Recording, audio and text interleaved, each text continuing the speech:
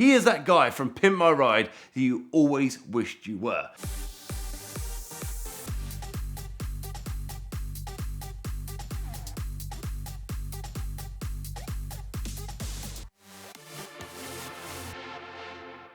So it's September, right?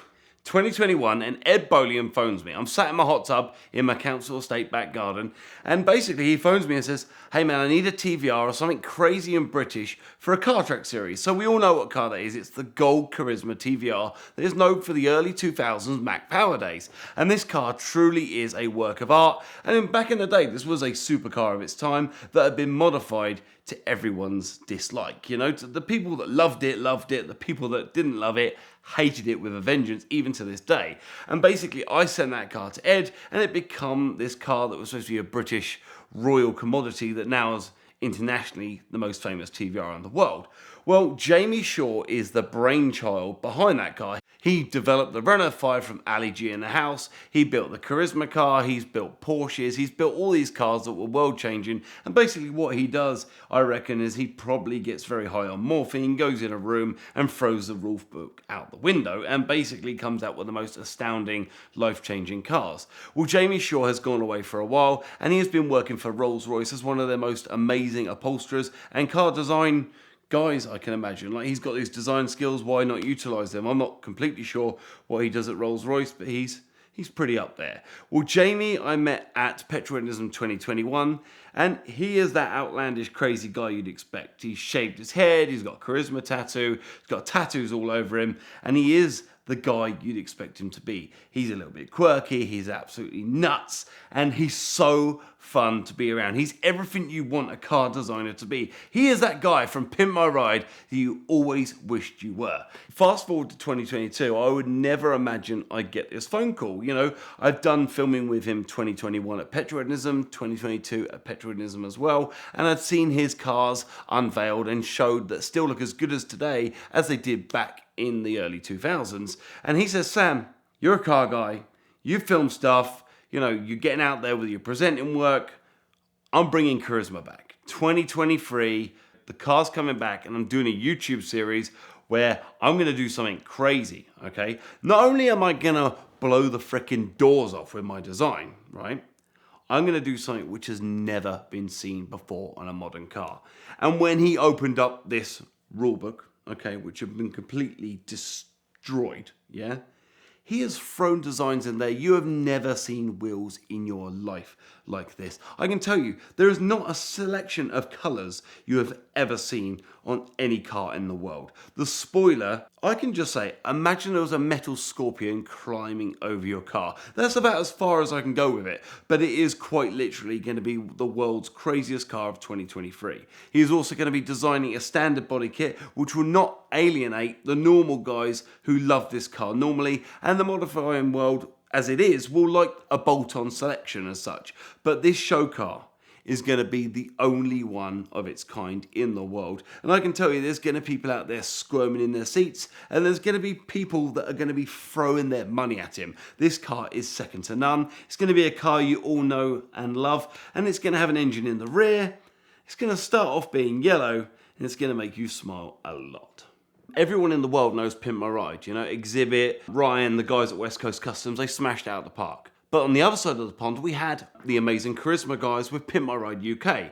And for us, it was everything, you know. The Max Power era was about buying the biggest body kit you can, putting the biggest speakers you can in, putting underglow neons on, you know, basically just upsetting all of your neighbours every morning with a bean can exhaust that makes your 1 litre car sound a lot bigger than it is. And this was my life. Right? At 16 years old, I went out and bought a Ford Escort, right? And I cut holes into the bonnet and glued on these horrible louvers. I opened the boot lid and took the boot lid off and put the biggest subwoofers that I think they were fly subwoofers in the boot, right? And they were so big that I couldn't even shut the boot down, right? And I was only 16 years old, because in England, you can't drive till you're 17. And the bonnet, right, to this day, I can imagine if I found that hood today, right, it would have probably about 5 to 6 millimeters of polish, because I was the coolest guy in my eyes, right? I opened my mum and dad's garage, and I would stand there with my shirt off, being Charlie Big Potatoes, just polishing the bonnet, right? Thinking I was cool because I had a car at 16. Just waiting for women to walk by and look at my car that never came. The women never came, okay? But the bonnet was well polished. And I'll tell you what, if they ever did come, they'd be very impressed with my glue-on louvers and my highly polished bonnet.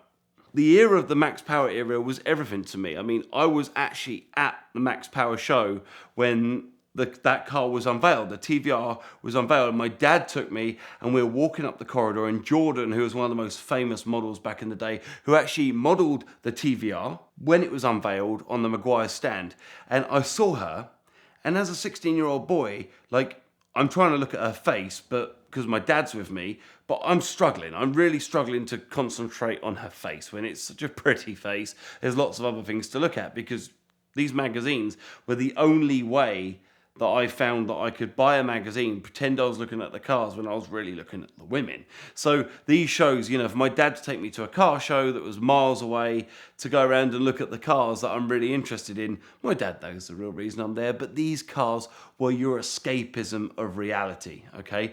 When you grow up and you aspire to be a car builder, or you want to have speakers, or you want to be a musician, or you want to do this or that, there's different parts of that obsession that you keep to yourself, and there's bits that you reveal to everyone else. And especially when you're at a car show, you know what you're really there for, but there's parts of your life which will change because of that day. I never knew that me walking past Jordan and looking at that TVR, that I would ever be in the custodian in Lee Park, which is the biggest council estate in England, parking it on my driveway, shipping it to America, and now going to be part of one of the biggest and world-renowned car dealerships and car builders in the world. Charisma's coming back, and it's coming back in style. In the words of Exhibit, you gotta hit us up to get a pimped out ride, yeah? In this stage, you gotta hit Jamie up to get a kit to pimp out your ride, okay? He has put everything on the line, okay? Jamie has quit his job, which he is as high as he can be. He was on good money. He has imported Junior all the way from Malta, who's lived in another country. He's paid for him to come back to help build the car. He's enlisted Helen Stanley. He's enlisted DJ Richie Don, one of the most famous DJs in England of that era. He's enlisted Sam Hard, the Johnny Bravo impersonator, to be part of the team. It is going to be all or nothing. If this fails, it could be everything gone. But in Jamie Shaw's words, you can't fail with the team we've got. This is going to be unbelievable. It's going to be next level. And I tell you what, the world is going to be talking about this car.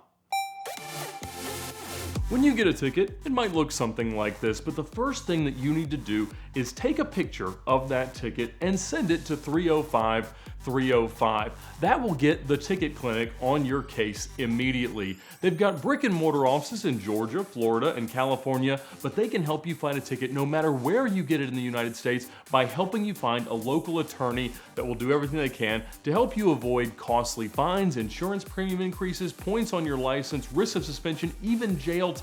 They've helped me out with this ticket and many others, and a lot of my friends as well. So check them out now at the link in the description below, or again, text your ticket to 305-305 to get the ticket clinic on your case. They are the perfect partner in your fight against any speeding ticket.